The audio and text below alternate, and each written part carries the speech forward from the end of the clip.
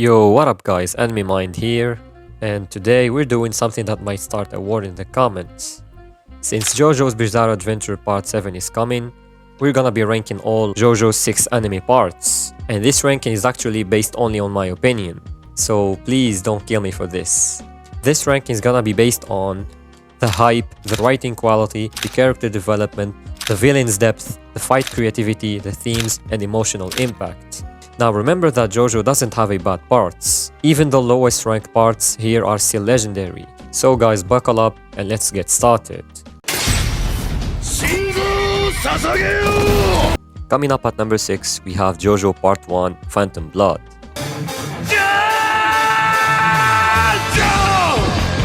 Set in 19th century England, Jonathan Joestar grows up as a noble gentleman. His life changes when Dio Brando is adopted into Joestar family. Dio secretly despises Jonathan and plans to steal the Joestar fortune. After discovering a mysterious stone mask, Dio uses it to become a vampire, and Jonathan trains in Hamon to defeat him. By obtaining the mask, Dio gains a superhuman strength, a generation, and a freezing touch and deadly eye beams, while Jonathan trains to gain Hamon, a breathing technique that channels sunlight energy to destroy vampires. Their fight was iconic.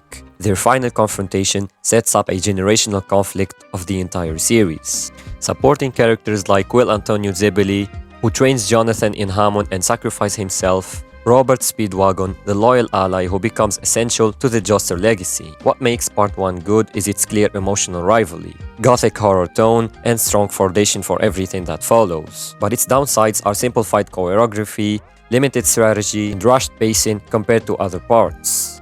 At number 5, we have Part 2, Battle Tendency, led by Joseph Joestar and the ultimate life form seeker Cars. Set in the 1930s, Joseph battles the ancient Pillar Men who seek the Red Stone of Aja to achieve perfect evolution.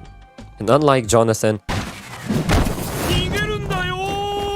Joseph relies on intelligence, trickery, and psychological warfare, using advanced Hamon techniques in creative ways, setting traps and even predicting his opponent's next line. While Cars eventually becomes the ultimate life form with a complete biological adaptation and immunity to sunlight, leading to one of the most absurd yet genius endings in anime, when Joseph launches him into space. Side characters like Caesar, whose rivalry and tragic fate add emotional weight. Lisa, the powerful Hamon master with a shocking connection to Joseph, and also Wamo, arguably the most honorable and competing Pillar Man.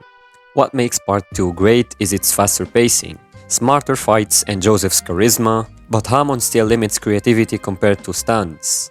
Cars lacks deep philosophical motivation, and the comedic tone sometimes reduces tension.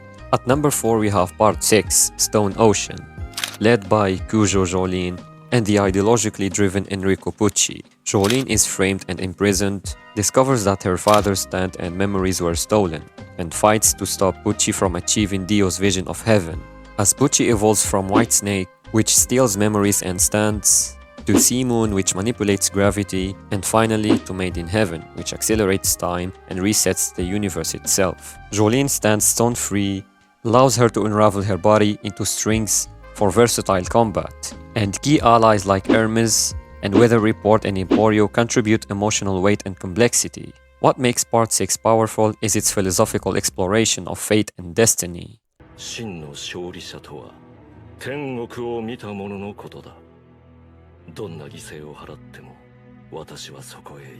Its emotional sacrifices and bold ending.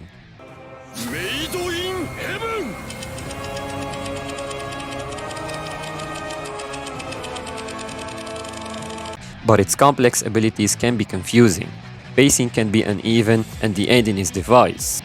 At number 3, we have Part 4, Diamond is Unbreakable, starring Josuke Higashitaka and the terrifyingly grounded Yoshikage Kira. Set in the small town of Morio, the story follows Josuke protecting his community from rogue stand users, before discovering a serial killer roaming in this town. As Josuke's stand Crazy Diamond can restore any object and heal others, while Kira's stand Killer Queen turns anything into a bomb, and also evolves into Sheer Heart Attack and the Time Looping Bomb, bites the dust. The clash between these two overpowered stands creates constant tension. We have our side characters Koichi, who grows from timid to brave, and also the owner of the most overpowered stand in all JoJo's, Takuyasu. but unfortunately, you know how smart he is. Also one of my favorite characters, Rohan Kishibe, with his stand Heaven's Door. The interaction between all these characters makes part 4 one of the best. The only downside I can find is its slow start, episodic early structure and lower global stakes. But overall, I consider it one of my favorites. In the second place we have the part 3, Stardust Crusaders, with our Chad main character Kujo Jotaro, and the returning iconic villain Dio. This part changes the series forever by introducing stands, a spiritual manifestations of fighting power, and the diversity of the stands in this part is insane, introducing a brand new stand throughout the whole journey. What I liked most in this part is the concept of journey. Jotaro and his granddad Joseph of part 2 gather a group of 5 with Kakyoin, Abdul and Polnareff, and these 5 take us to a magnificent journey, looking for Dio, who's currently in Egypt, before Jotaro's mother dies from a stand-related curse. What makes part 3 iconic is its revolutionary stand system, the global adventure feeling, and one of the most legendary final battles in anime history.